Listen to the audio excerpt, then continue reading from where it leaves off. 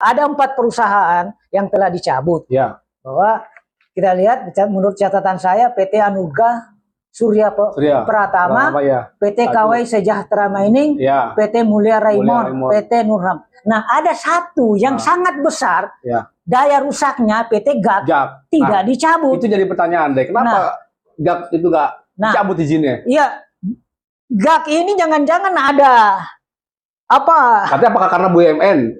Bukan masalah BUMN-nya, ada orang di belakangnya ini yang melindungi ini. Jangan-jangan Raja Jawa itu yang melindunginya itu. Jadi itu menarik nih, ya, karena Bahlil dulu sudah mengatakan jangan berani sama Raja Jawa. Ada putusan MA, dan putusan itu nomor 557 P HUM garing dia 2022, dan putusan MK nomor 35 garing PUU 11 garing 2023. Kedua putusan ini melarang kegiatan tambang di pulau kecil. Oh, berarti sudah ada putusan jelas? Sudah ada. Larangan aktivitas tambang di pulau kecil.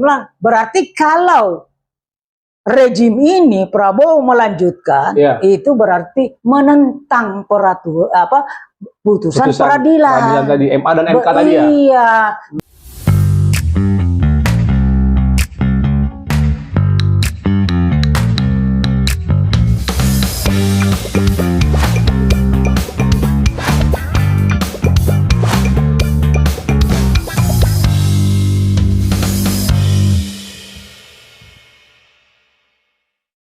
Rekan-rekan Kopi Tarik, selamat datang di Kopi Tarik, ruang narasi, tempat berpikir, berbagi, dan bergerak.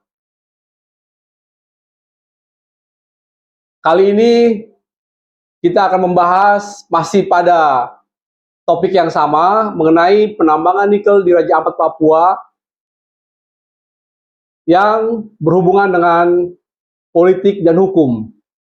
Alhamdulillah, di hadapan saya sudah hadir narasumber yang menemani saya untuk podcast kali ini, yakni seorang praktisi hukum dan juga status sebagai lawyers. Beliau adalah Andi Samsul Bahri atau biasa disapa Daeng. Mana Pak Daeng? Sehat Pak Daeng? Sehat, alhamdulillah. Pak Daeng.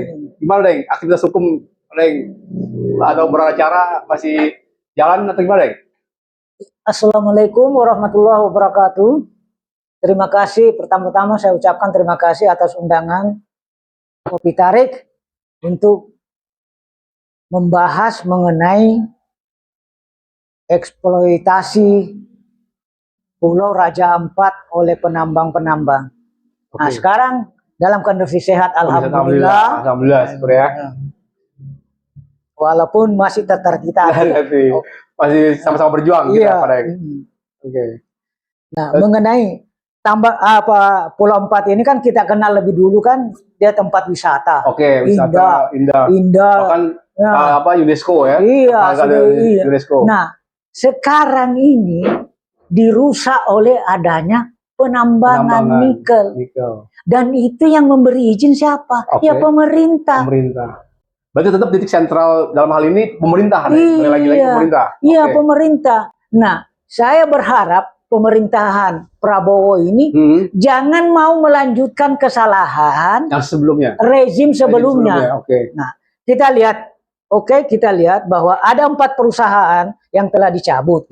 Bahwa kita lihat menurut catatan saya PT Anugrah Surya Pratama, PT KW Sejahtera Mining, PT Mulia Raymond, PT Nurham. Nah, ada satu yang sangat besar, daya rusaknya PT GAK tidak dicabut. Itu jadi pertanyaan deh, kenapa GAK itu nggak dicabut izinnya? Iya, GAK ini jangan-jangan ada apa? Katanya apakah karena BUMN?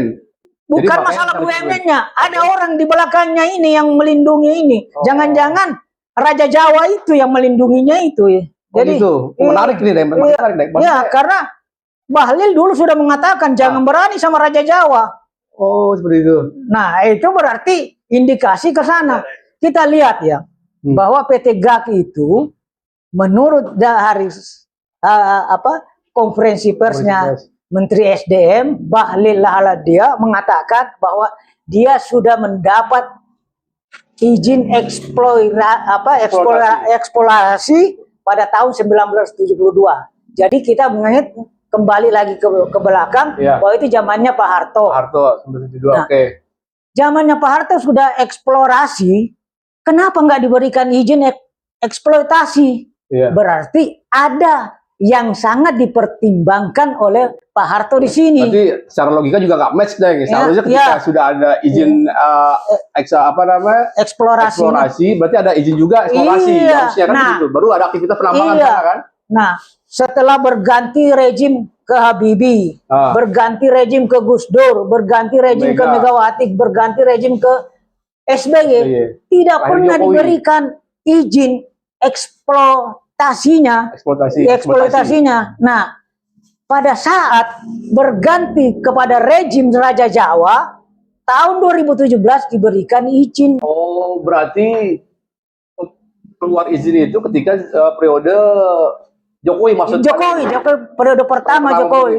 2017. Iya, 2017. Oke. 2017. Nah, ada apa gitu loh. Padahal pemerintahan yang sebelumnya itu, terutama zamannya Pak Harto, itu lebih ketat dalam pemberian izin. Pasti dia tahu bahwa itu akan merusak lingkungan. Betul. Gitu loh. Dan zamannya Pak Harto itu tidak ada izin eksploitasi di sana. Iya. Zamannya Pak Harto kan kita butuh duit untuk membangun. Ada pelita kan, pembangunan 5 tahun itu berjangka 25 tahun. Kita membutuhkan duit. Kenapa tidak diberikan izin? Berarti Pak Harto mengakui bahwa di situ akan merusak lingkungan. Nah, datanglah rejim yang ugal-ugalan, merusaklah lingkungan itu dengan memberikan izin. Nah, kita tahu juga ada putusan MA, dan putusan itu nomor 557 P HUM garing 2022, dan putusan MK nomor 35 garing PUU 11 garing 2023. Kedua putusan ini melarang kegiatan tambang di pulau kecil. Oh, berarti sudah ada putusan jelas? Sudah ada.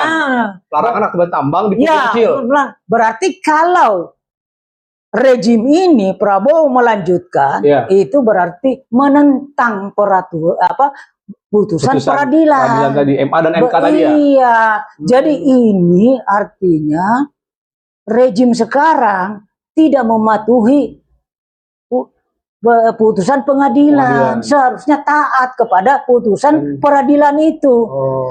Saya memohon kepada rejim sekarang ini, PT GAK juga diberhentikan. Iya. Kenapa? Karena Bahlil dalam komposisinya dia menurut kajian dia, mana hasil kajiannya? Kita harus lihat dong. Secara kajian ada ilmiah di sana, ada yang tapi kan harus ada. Ada yang tertulis apa yang dikaji gitu loh. Kapan, tempatnya di mana gitu loh. Apa dampak? Kita sudah lihat semua tambang di seluruh dunia ini pasti merusak lingkungan. Pasti. Karena kenapa? Pertama, pasti merusak tanaman, pepohonan, biota, ekosistem lah yang ada di sekitar ekosistem pasti terusak di situ. Karena kenapa? Tidak ada tambang itu yang tidak merusak lingkungan. Gitu loh. Karena yang diambil adalah hasil bumi. Nah, hasil bumi yang diambil itu kan harus digali. Berarti di atasnya itu harus apalagi kalau tambang terbuka. Tambang terbuka itu jelas-jelas dihabiskan pepohonan di atasnya, diambil tanahnya itu. Kita harus belajar kepada Freeport berapa ratus meter ke bawah itu diambil. Nah, di Raja Ampat dilakukan itu, seharusnya rejim sekarang ini memberhentikan itu. Karena nanti memberhentikan, maksud pada yang tadi memberhentikan aktivitas tambang. Iya, moratorium. Iya, secara penuh. Kenapa? Karena dampak lingkungannya pasti rusak. Nggak mungkin nggak rusak. Nggak ada solusi atau? Nggak ada solusi. Harus dihentikan. Karena Raja Ampat itu mempunyai sifat kekhususan.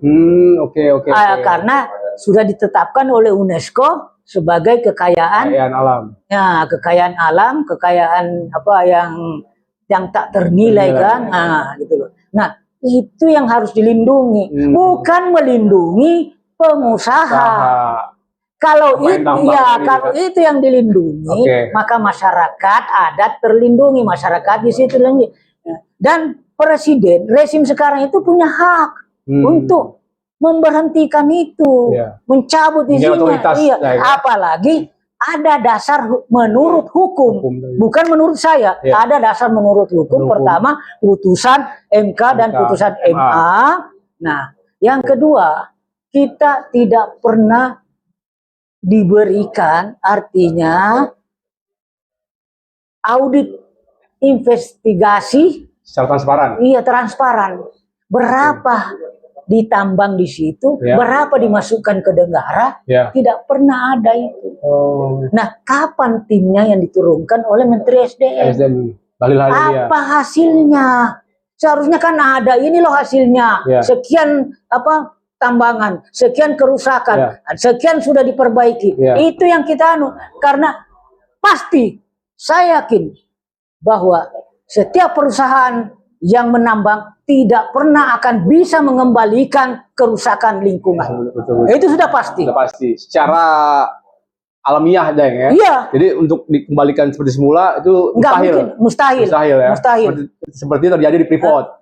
Semua, baik di Kalimantan maupun di Freeport, mau di seluruh dunia, nggak ada yang bisa mengambil. Jangankan 100%, 10% aja nggak bisa. Nggak bisa ya? Nggak bisa. Itu saya yakinnya saya. Nah, mengenai masalah hukum, siapa sih yang membuat undang-undang? Kita harus lihat DPR bersama dengan Presiden. Tapi siapa yang punya kepentingan di sini? Ya oligarki. Orang yang punya duit. Nah, terus ada Perpres, peraturan presiden yang dirubah-rubah, yang mementingkan peraturan presiden tahun 2001, peraturan pemerintah. 2001 berarti baru. Iya, 2001 dirubah lagi dari peraturan yang 2012 gitu, 2009 semua. Jadi dirubah semua. Dengan kepentingan apa? Melindungi. Karena selalu dikatakan bahwa investor harus dilindungi, tapi rakyatnya disuruh menderita. Gimana ini keadilan? Gimana letak keadilan? Gitu loh. Nah, hukum ya bisa dilanggar. Artinya dilanggarnya secara jangan menabrak tembok, tapi cari celahnya. Itulah yang dibuat rejim yang sebelumnya. Nah, dampaknya ke rejim sekarang. Tapi rejim sekarang ini harus berani menghentikan itu semua dulu. Karena kita sudah tahu dugaan-dugaan ada kapal yang bermerek JKW, ada yang Dewi Iriana. Nah, itu gimana, Reng?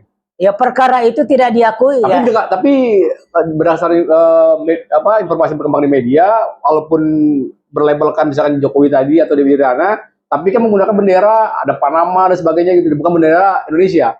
Apakah itu kamuflase atau itu kan kebetulan gitu? Apa gimana? Bukan kebetulan, itu gampang. Karena bendera di kapal itu bisa dibeli di mana-mana. Gitu loh, bisa tapi dibeli. Nggak akan ada masalah nanti dengan yang negara yang bersangkutan, yang bendera dipajang dipasang di kapal tersebut. Di Panama itu sudah memberikan lisensi kepada kapal-kapal itu sudah memberikan lisensi, jadi kita nggak bisa. Nah, itulah cara-cara perompak zaman sekarang ini. Itu saya menamakan perompak, karena kalau perampok ada yang ditinggal, masih ada yang disisa. Tapi kalau perompak semuanya diambil. Lebih kan ada isu itu bahwa ada penyelundupan nikel ke Cina kan? Betul. Nah, itu kan dari sana. Nah, itu gimana tuh, Pak? Di zaman tahun 2004. Itu kan sedangkan aktivitas ekspor nikel itu dilarang kan? Kenapa bisa ada pengiriman ke Cina yang? Ya, undang-undangnya menyatakan dilarang. Iya, tapi perilaku pejabat-pejabatnya itu ya. Berarti oknum-oknum. Oknum. Jadi kita tahu di zaman 2004, 2005 itu kan kayu-kayu dikirim ke Cina kan, ditebangi di Papua itu. Nah, dimuat ya. Kita pernah tahu ada polisi yang rekeningnya triliunan kan di sana. Itu kan pedagang kayu. Nah, sekarang Raja 4 berubah menjadi Raja ke-5 karena adanya adanya Raja Jawa turun ke sana dengan pakai sarung. Pakai sarung seolah-olah dia memperhatikan Papua. Dan tapi menunjukkan kepeduliannya terhadap Papua ya, khususnya gitu ya. Ya, ternyata ada tujuannya tertentu. Oke. Nah, itulah yang kita bisa lihat sekarang ini dengan pemberian izin untuk mengeksploitasi Pulau Raja Ampat. Akhirnya kita lihat dampak kerusakan lingkungannya sangat-sangat luar biasa. Banyak netizen yang pernah ke sana dan melihat. Nah, ini juga pertanyaan kepada Menteri SDM. Apakah sampai di sana? Mana dong? Tolong dong. Kalau memang timnya sudah ke sana, perlihatkan foto-foto itu, perlihatkan kerusakan itu, supaya kita bisa melihat, oh berarti memang betul-betul timnya itu sampai ke sana dan melihat. Jadi gitu. Memang benar tim kementerian bekerja. Iya, bekerja, iya. Jangan cuma ngomong narasi. Ya, ya kalau pedagang bakso juga selalu ngomong narasi, ya gampang aja, gitu loh. Jadi kita harus taat kepada asas hukum. Ya, jangan sekali-kali mencari celah di hukum itu. Mudah-mudahan saya ini berharap sama pemerintahan Prabowo, karena tahun 2019 saya juga ikut tim hukumnya. Tim hukum Prabowo. Ya, BP 202. Nah, itu saya tahu Prabowo adalah orang yang taat kepada hukum. Tapi kalau dia tidak melakukan pencabutan izin PT GAK, maka itu adalah sebuah pelanggaran atau penentangan kepada putusan MA dan putusan MK. Yang dimana putusan MK dan MA itu bisa dikatakan sebagai payung negara. Payung. Mau tidak mau sudah dari harus ditaati kan? Iya, harus ditaati gitu loh. Nah, kita harus juga menyadari bahwa dampak yang dilakukan oleh para penambang-penambang ini, terutama PT GAK itu kan masyarakat ada terpecah di sana kan. Betul. Terpecah berarti ada sudah potensi konflik sosial itu sudah muncul karena ada sebagian masyarakat mengatakan bahwa kami ditekan untuk menyetujui. Ada juga sebagian masyarakat yang menyetujui. Sekarang saya tanya aja, apa dampaknya perekonomian kepada masyarakat? Masyarakat di sana kaya nggak sampai sekarang? Betul. Nah, bahkan bisa mengganggu aktivitas kayak misalnya mereka aktivitas nelayan mereka gitu deh, bisa terganggu juga kan dengan jelas penambangan ini kan? Iya jelas. Karena dengan adanya itu kan merusak lingkungan. Nah, terus datang kapal-kapal besar masuk ke situ, kan? Nelayan kan biasanya dilarang. Mendekati sterilisasi area. Dan itu dilindungi oleh para aparat negara. Inilah yang menjadi persoalan bagi kita bangsa ini sekarang ini. Ayolah, mari kita benahi bangsa ini. Ayo Kementerian SDM, tolong dihentikan semuanya dulu. Kita moratorium dulu. Kita lihat dulu bagaimana artinya kalau dihentikan, apa yang dampaknya. Kita harus mengacu kepada ke situ. Karena prinsip tetap keadilan tadi ya untuk masyarakat. Karena keadilan itu harus ditegakkan. Nah, dan negara ini kan punya kewenangan bahwa segala hasil kekayaan baik di bumi maupun di laut itu adalah milik negara. Sekarang ini kan milik negara itu. Negara boleh melarangnya. Yang dikelola negara gitu ya. Untuk kepentingan masyarakat luas. Kepentingan untuk masyarakat luas. Nah, kita sudah tahu bahwa kepentingan PT ini, penambang ini, kontribusinya kepada masyarakat kecil. Ada yang kalau mengatakan cuma dibesar-besarkan di media gitu loh, seolah-olah sudah memberikan kontribusi. Mana ada masyarakat yang kaya di situ? Mana ada masyarakat di situ yang? Apakah dia sudah bangun rumah sakit di situ? Atau sekolah, pendidikan? Atau sekolah mana? Enggak ada. Ada. Oke. Jadi apa yang kita harus selalu ini kita harus adil kepada rakyat, jangan adil kepada investor. Kita tahu kita butuh investasi, tapi jangan mengorbankan rakyat untuk investasi. Kita harus lihat kepada Cina. Justru harusnya rakyat itu menjadi prioritas harusnya. Kita harus lihat kepada Cina. Cina begitu ada investasi masuk, tapi yang dipentingkan adalah rakyatnya dulu, bukan kepentingan investasi, gitu loh. Jadi ada keseimbangan antara kebutuhan investasi dan terpenuhi kebutuhan masyarakat. Nah, itulah yang kita selalu dengungkan bahwa kita ini berdasarkan Pancasila, tapi kenapa rakyat kita dipelihara kemiskinan? Secara praktek jauh dari Pancasila. Sangat jauh. Kita harus mengkritisi itu. Kenapa? Karena kita butuh pemerintahan yang betul-betul peduli kepada rakyat, bukan butuh narasi, bukan butuh yang marah-marah, bukan omon-omon gitu ya. Bukan yang omon-omon saja, bukan. Kita juga nggak terlalu butuh lah yang omon-omon itu. Kita butuh adalah bagaimana sejahteranya masyarakat sesuai dengan tujuan berdirinya negara ini. Betul. Menarik lagi. Nah, dari mana untuk sejahtera itu? Ya salah satu sumbernya itu sumber daya alam kita. Iya. Jadi sumber daya alam dikelola dan penggunaan setelah ajas manfaatnya balik lagi ke masyarakat.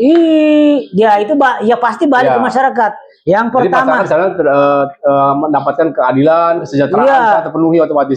Yang pertama itu kita harus taat asas hukum. Nah, kalau kita sudah taat asas hukum, pasti kesejahteraan akan muncul, pasti keadilan akan muncul. Betul. Tapi kalau kita tidak taat, yang datang pasti ketidakadilan, yang datang adalah penghancuran dan kekacauan mungkin ya. Pasti itu akan muncul. Nah, jadi kita kembali lagi bahwa kegiatan-kegiatan pertambangan itu memang sudah dibawa ke pusat semua izinnya. Nah, ini semua ke pusat berdasarkan Undang-Undang Nomor 2 tahun 2025 tentang bahwa izin pertambangan itu izin wilayah izin usaha pertambangan khusus maupun izin pertambangan yang telah ada, walaupun izin pertambangan dulu ada namanya golongan C, golongan B yang berada di daerah-daerah, sekarang ditarik semua ke pusat. Nah, kita harus melihat mampu nggak Kementerian SDM memonitor semua. Kita harus melihat. Karena juga di bawah pengawasan Kementerian SDM. Iya. Nah, kita harus melihat berapa personil Kementerian SDM. Bisa nggak menjangkau seluruh Indonesia? Gitu ya? Nah, 1 tahun saja belum tentu satu provinsi selesai. Nah, inilah otonomi daerah itu dipenggal oleh undang-undang ini, undang-undang Minerba. Nah, seharusnya kewenangan daerah baik kabupaten maupun provinsi diperkuat dengan undang-undang ini, bukan diambil alih gitu loh. Nah, kalau diambil alih berarti daerah tidak punya lagi kewenangan. Dari mana mereka mau menata wilayahnya? Bagaimana mereka mau menata daerahnya kalau sudah tidak punya kewenangan? Satu sisi di situ status sebagai otonomi daerah. Izinnya dari pusat loh. Saya nggak tahu izinnya ada loh. Ini ada izinnya loh. Kita nggak diberitahu. Nah, kalau istilahnya anak kecil bahwa daerah kita diobok-obok sama pengusaha. Itu lebih berkuasa pengusaha daripada bupati, gubernur, yang di backup oleh pemerintah pusat lebih berkuasa. Kamu nggak bisa nggak boleh ikut karena kenapa? Saya sudah dapat izin dari pusat. Gitu loh. Nah, jadi kamu cukup duduk aja manis. Jadi nggak perlu ikut cawe-cawe. Kerusakan lingkungan daerahnya yang bertanggung jawab siapa? Pasti daerah ya? Iya, pasti daerah.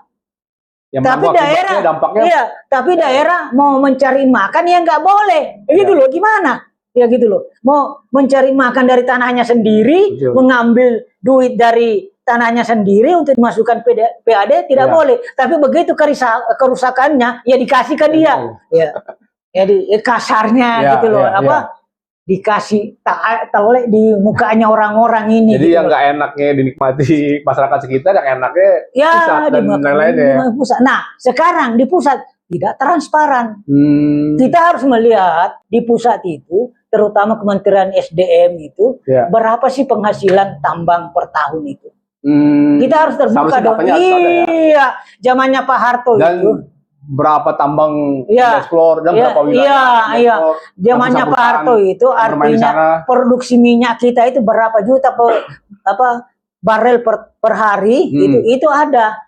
Jadi itu ada. Ya. Kita bisa tahu bahwa sekian dipakai untuk negara sekian, dipakai untuk ekspor sekian. Ya. Nah, itu sekarang kita tidak tahu dipakai untuk apa. Ya.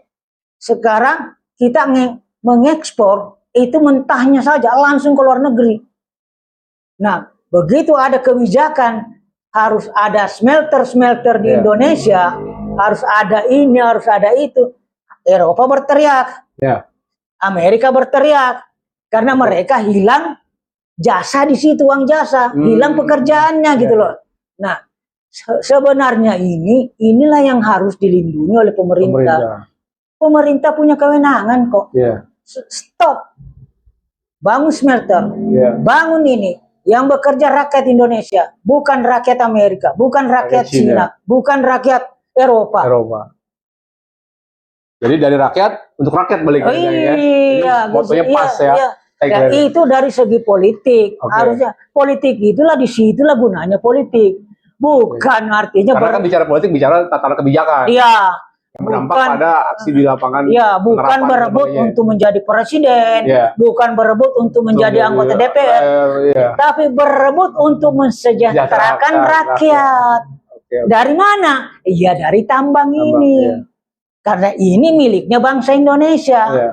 Kalau miliknya bangsa Indonesia berarti miliknya rakyat Indonesia. Harus dipergunakan sebesar-besarnya untuk kesejahteraan rakyat. Nah, itulah menarik lagi. Rezim-rezim yang sebelumnya. Nah, terkait ini Daeng mengenai tadi Daeng sempat singgung Raja Jawa, itu memang sejauh mana kalau memang perspektif Daeng gitu kan mengenai keterlibatan Raja Jawa terhadap kasus isu nikel. Ya, kita harus lihat sejarah. Sejarahnya kan ada gitu loh, bahwa 1972 itu cuma izin eksplorasi. Eksplorasi. Baru tahun 2017 siapa presidennya tahun 2017? Itu 2017 izin eksploitasi baru keluar. Iya, izin eksploitasi artinya boleh menambang. Boleh mempergunakan di situ untuk mengambil hasilnya dan dikirim ke luar negeri, boleh. Nah, tapi dengan peraturan 2022 kalau salah ya, yang larangan untuk mengekspor nikel itu gimana tuh, Dek? Kan di situ juga kalau ada tidak dibolehkan untuk melakukan penambang atau mengekspor ya nikel keluar, itu gimana tuh? Faktanya masih ada kan diekspor kan? Nah, ya itu kan undang-undang di atas kertas. Mereka selalu loh, apa sih yang nggak dilanggar? Apa zaman lama itu? Zaman apa? Orde rejim SMK itu. Ada undang-undang, dibuatkanlah Omnibus Law. Dibuatkan Omnibus Law untuk mengakali undang-undang. Ada undang-undang Ormas, dibuatkan Perpu, dijadikan undang-undang. Padahal sudah ada. Yang Perpu itu kalau tidak ada aturannya, tidak ada undang-undangnya, boleh memakai Perpu. Ini sudah ada, gimana? Sudah ada undang-undang berarti kan dalam artian tidak dibutuhkan lagi Perpu seharusnya. Harusnya undang-undang udah ada. Apalagi, itu sudah ada. Berarti kan dilanggar. Iya, apalagi cuma pemberian izin. Mana kita tahu, mana transparansinya? Nggak ada, transparansinya nggak ada. Akuntabilitasnya nggak ada. Nah, dari situlah muncul artinya ketimpangan-ketimpangan sosial dan kebobrokan-kebobrokan rezim sebelumnya. Tolonglah pemerintah sekarang ini, rezim sekarang jangan dilanjutkan. Stop gitu ya. Iya, stop. Habis. Iya. Oke lah, kita harus ngakui bahwa kebijakan penambangan di Raja Ampat itu bukan zamannya Bahlil, bukan zamannya Prabowo. Tapi Bahlil harus menghentikan semuanya ini, gitu loh. Presiden Prabowo harus menghentikan dulu. baru turunkan tim yang terdiri dari Kementerian SDM, dari Walhi, LSM, masyarakat adat, itu menilai baru dipaparkan bahwa ini hasil temuannya, gitu loh. Berapa kerusakannya dibandingkan yang masuk ke negara, gitu loh. Kalau kerusakannya umpamanya lebih 1.000 triliun, yang dimasukkan ke negara cuma 2 triliun kan nggak sebanding. Iya, jauh. Kita harus tahu sudah kenapa korupsi nikel diperiksa oleh Kejagung. Itu. Nah, ini lebih besar lagi kerusakannya. Kita tahu yang taruhlah PT GAK itu pemegang sahamnya Aneka Tambang. Aneka Tambang kan banyak. Kita lihat di yang ditambang di Pulau Bangka Belitung. Bagaimana hasilnya sampai sekarang? Ditutup enggak? Lubang-lubang itu enggak ditutup sampai sekarang kan. Jadi dibiarkan jejaknya begitu aja. Ya, dibiarkan begitu saja. Di undang-undang yang baru itu harus ada duit jaminan atau itu kan di atas kertas, di atas undang-undang. Kita nggak pernah tahu berapa uang jaminan diberikan oleh para perusahaan-perusahaan ini. Kita nggak pernah tahu. Walaupun di undang-undangnya harus ada jaminan, harus ada rancangan kerjanya apa segala. Tapi kita mana pernah tidak tahu. Betul. Kita tidak tahu. Nah, masyarakat di sana dapat manfaat apa? Harus ada manfaatnya kepada masyarakat, gitu loh. Jangan yang seperti yang sering terjadi, tiba-tiba masyarakat tahu-tahu datang eskavator lah segala macam untuk penggusuran segala macam, kan? Tanpa ada pembahasan terlebih dahulu atau ada komunikasi terlebih dahulu dengan masyarakat, tiba-tiba masyarakat sudah dilakukan penggusuran. Itu sudah pernah terjadi di sana di Raja Ampat, gitu loh. Itu sudah hampir rata-rata ketika ada proyektasi tambang kah atau apa, umumnya terjadi seperti itu, Dai. Nah, padahal masyarakat di situ sudah merawatnya kan, ratusan tahun, mulai dari moyang mereka kan. Seharusnya yang diberikan prioritas dulu ya mereka, gitu loh. Karena mereka terdampak. Dia kan kena dampak karena penghasilannya pasti hilang. Pasti hilang, betul. Kita harus berpikir bahwa menjual tanah itu dapat untung besar, tapi tidak akan diwariskan lagi. Tidak akan diwariskan lagi itu. Karena pemerintah harus memikirkan hidup kesinambungan mereka, ya kan? Jadi yang diwariskan adalah kerusakan lingkungan. Kerusakan ekonomi. Nah, jadi pemerintah itu seharusnya bijak lah dalam hal mengambil kebijakan-kebijakan yang harusnya menguntungkan masyarakat, jangan menguntungkan investor. Kalau istilah Malaysianya pelabur gitu, pelabur. Jangan menguntungkan itu karena mereka begitu mendapat keuntungan dibawa lari ke luar negeri. Tidak pernah dipakai untuk negara. Karena kenapa? Yang membeli hasil tambang itu luar negeri. Jadi uangnya pasti disimpan di luar negeri. Gitu loh. Kita sudah lihatlah hasil-hasil kelapa sawit di kita gitu. Kan diekspor semua ke luar negeri. Betul. Uangnya nggak masuk. Jadi tetap aja di sana ada celah-celah kenakalan itu ya. Iya. Artinya begini. Mungkin para pengusaha ini tidak nakal, tapi adanya kesempatan itulah yang dipergunakan, gitu loh. Itulah yang dipergunakan. Nah, pemerintah ini harus sebenarnya luas mengawasinya itu. Jangan dari hulu sampai hilir. Jangan cuma izinnya aja, harus begini, harus begini.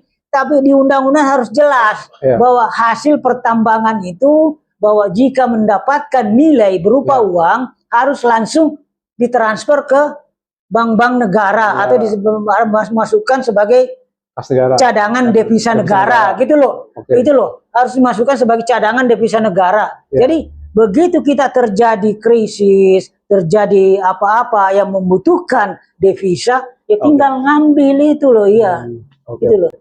Jadi akhirnya masyarakat mendapatkan manfaat dari situ, gitu loh. Kita lihatlah politiknya Cina kan begitu. Jadi tetap kepentingan rakyat dan masyarakat didahulukan, itu yang paling. Kalau kepentingan masyarakat yang didahulukan berarti pasti hukum sudah ditegakkan. Itu yang sangat-sangat artinya penting di sini kita garis bawahi bahwa kepentingan masyarakat terpenuhi, pasti kepentingan hukum juga terpenuhi. Keadilan ya. akan muncul, kesejahteraan akan muncul. Oke. Baik, Reng. Nggak terasa juga kayak sudah cukup lama kita berbincang-bincang, Reng. Mungkin kita sudahi sampai di sini bincang-bincang kita. Nanti mungkin kita bisa di next kesempatan kita bisa lanjut dengan topik-topik yang berbeda tentunya, Reng, yang nggak kalah seru, yang nggak kalah asik bersama kami Kopi Tarik. Baik, terima kasih terhadap rekan-rekan Kopi Tarik sekalian yang sampai saat ini masih tetap bersama kami. Semoga apa yang kami sampaikan, apa yang kami bicarakan, apa yang kami diskusikan hari ini dapat bermanfaat untuk teman-teman sekalian, minimal sekedar informasi tambahan mengenai apa yang terjadi di Papua, terutama tentang penambangan nikel. Semoga kita semua dalam keadaan sehat selalu. Salam Kopi Tarik, semakin asik tentunya semakin ditarik. Terima kasih. Jadi saya tambah sedikit bahwa kita mengkritisi pemerintah itu bukan untuk menjatuhkan, tapi mengembalikan kepada relnya Undang Dasar 45, relnya Pancasila gitu loh. Supaya pemerintah itu efektif, efisien. Iya. Dan pemerintah itu punya hak untuk itu. Sangat punya hak gitu loh. Jadi jangan takut gitu loh. Pemerintah, apalagi rezim ini sudah berganti dan rezim ini kita tahu bahwa dan masyarakat hari ini berharap banyak dengan presiden gitu. Untuk terjadinya keadilan yang selama ini mungkin dirasa berkurang atau terkikis, Deng. Bukan terkikis, diberangus sama rezim yang lama. Oke, baik, Deng. Terima kasih banyak, Deng. Terima kasih banyak. Kopi Tarik, terima kasih. Assalamualaikum warahmatullahi wabarakatuh.